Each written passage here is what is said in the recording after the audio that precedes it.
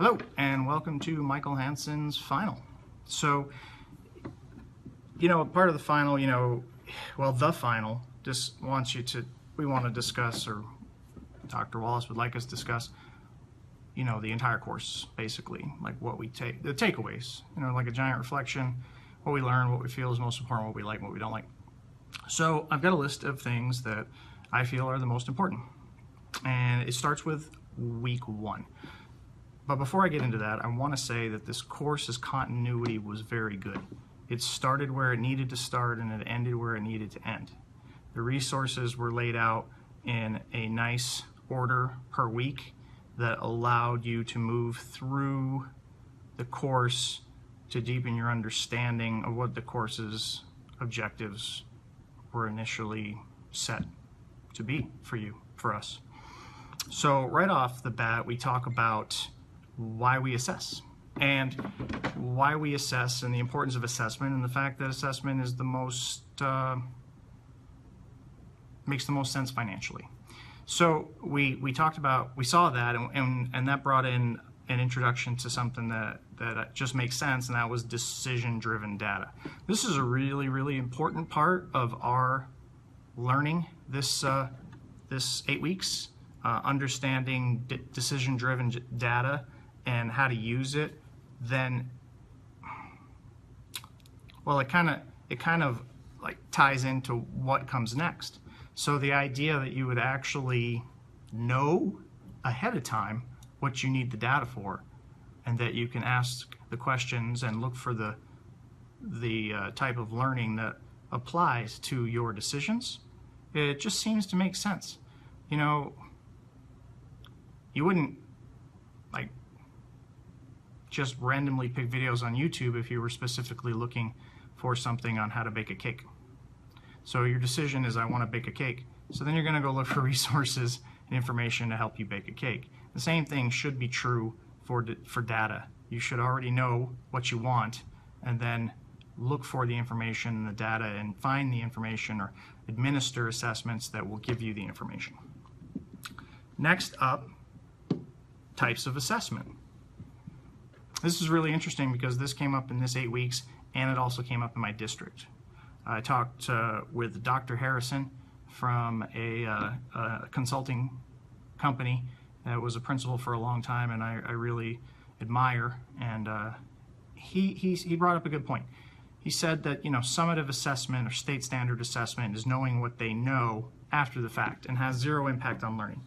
Then he talked about how district assessments with CBAs tells us 6-8 weeks behind. It's 6 or 8 weeks behind. So they take that assessment, and the classes are a full 6 weeks, if not 9 weeks.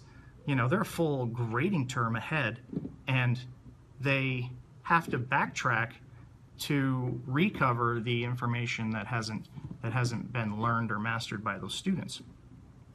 And he said the only true assessment that impacts instruction is your formative assessment, because formative assessment allows for immediate modifications to learning, reteaching, enriching, small group, all the strategies one-on-one that you would use based on formative. And the other thing that I think the teachers struggle with when they're trying to get 13 grades in their grade book every 6 weeks or whatever it is the fact that formative assessments aren't really geared to be graded.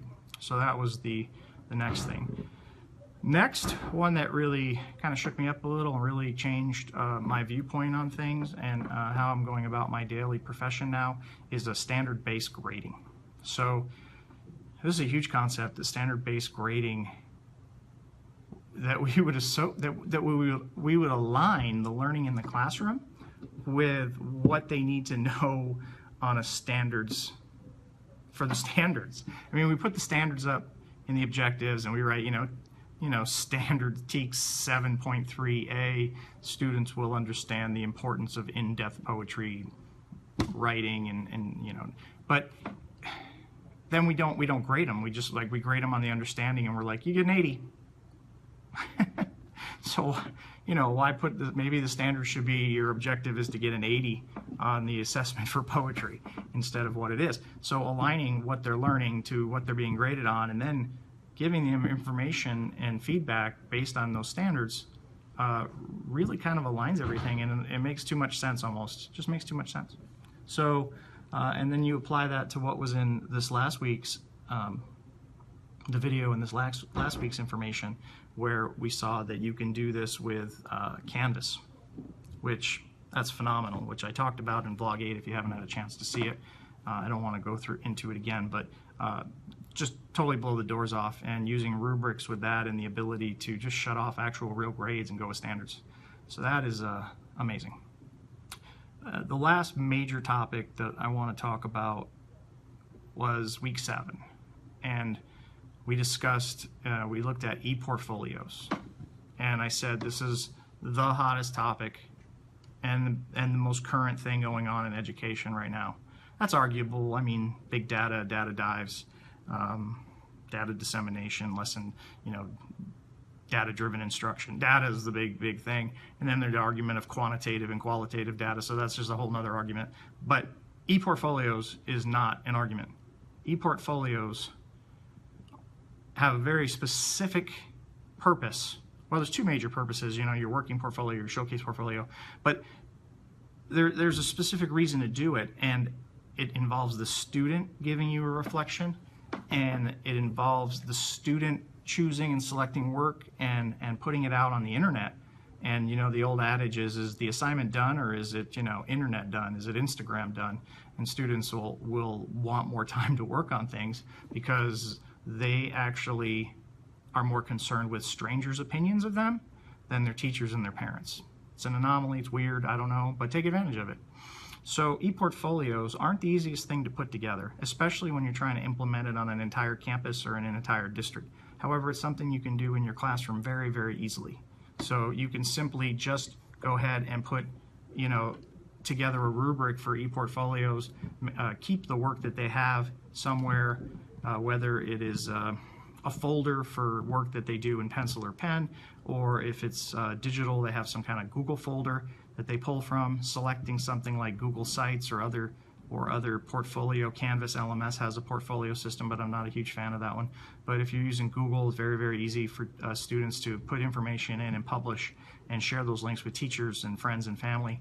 And if you have seniors, it's a great opportunity for them to put a portfolio together for putting in college applications or for jobs.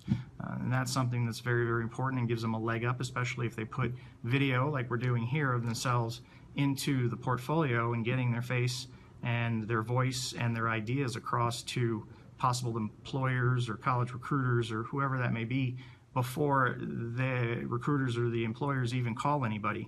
You've gotten a leg up. So as long as what you put out there is strong. And also it counterbalances some of the negative things that the students are putting out there in digital media format, and it teaches them that you're in control of your digital footprint and that you can put positive things up there and impact your digital footprint. So those are my biggest takeaways, and I agree with all of them. I think that they all are good and should be applied in education. Easier said than done. So as I wrap this up, and I've already mentioned that I like all of the things, why we assess decision-driven data, types of assessment. Well, really, obviously I'm leaning towards formative assessment. Not a big fan of summative, but it is important. Standard-based grading just makes sense. I think it's a little more difficult to implement, and it's way more difficult to sell to parents and to teachers and administrators because they grew up in a different system.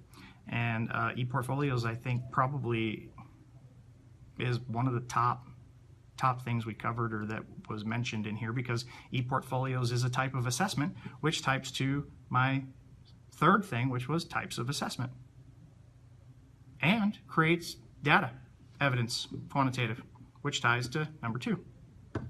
So that is the conclusion of this course for me, and I just want to thank everyone who's taken the time to watch this. I've really enjoyed this course. I feel like it's a great course to have taken at the end of my master's program, a great course to walk away with this information fresh in my mind, and I want to thank everyone that has helped me with this, and thank you, Dr. Wallace.